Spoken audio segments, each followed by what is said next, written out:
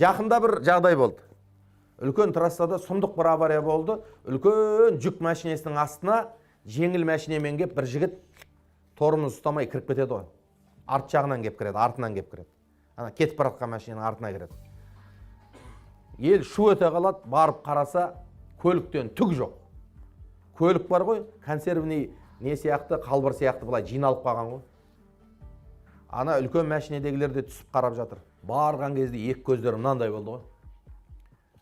Ана рульде отырған жігіт космос корабліне ұшқан баяғы Тоқтар Әубәкіровтер сияқты мынандай жер сап-сау.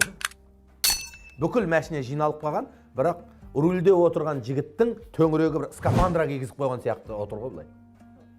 Сап-сау, бір тамшы қан шықпаған. Сонымен бәрі таңғалады. Енді больницаға апарайын десе, больницаға апарудың керегі жоқ жаңа жігіт. Сонымен осы оқиғаны бір имамға айтқанбыз ғой енді, ақсақалға. Сөйтіп ол кісі айтты, ана жігіттен сұраңдар, қай жақтан келе жатыр екен деді. Сонымен енді барып, жаңа авариядан аман қалған жігіттен сұрамаймыз ба? Қайдан келе жатыр едің деп.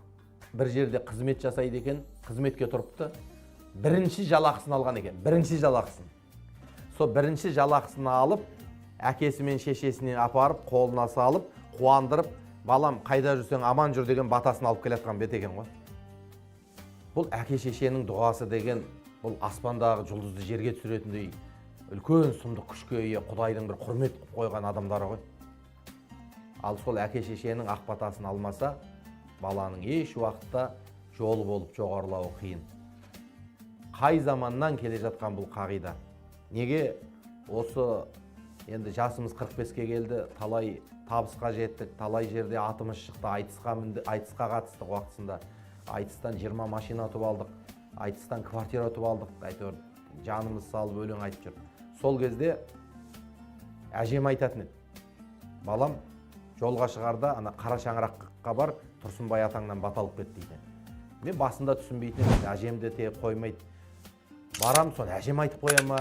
Аналар шелпегін тоқашын пісіріп отырады, апам екеуі.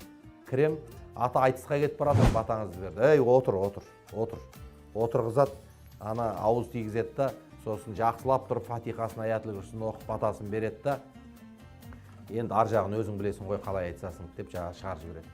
Шынында да соқсын батасы қабыл бола ма екен, бір Алланың берекесі жауа ма екен, үлкеннің алдын аттамаған адамның әйтеуір жолы болмаған кезін көрген жоқ. Себебі бұл үлкен адамның қасиеті деген әке шешенің ризашылығы, Құдайдың ризашылығы байланып тұрады екен ғой. Әке шешенің ренішіне Құдайдың реніші байланып тұрады екен ғой. Сондықтан бағанағы айтқандай, дүниенің ілімін игерсек те, теңіз кешіп білім алып келсек те, анау үйде жатқан қара кемпір, қара шалдың ризашылығын алмай, көкке де шыға алмайсың, жерді айнала алмайсың.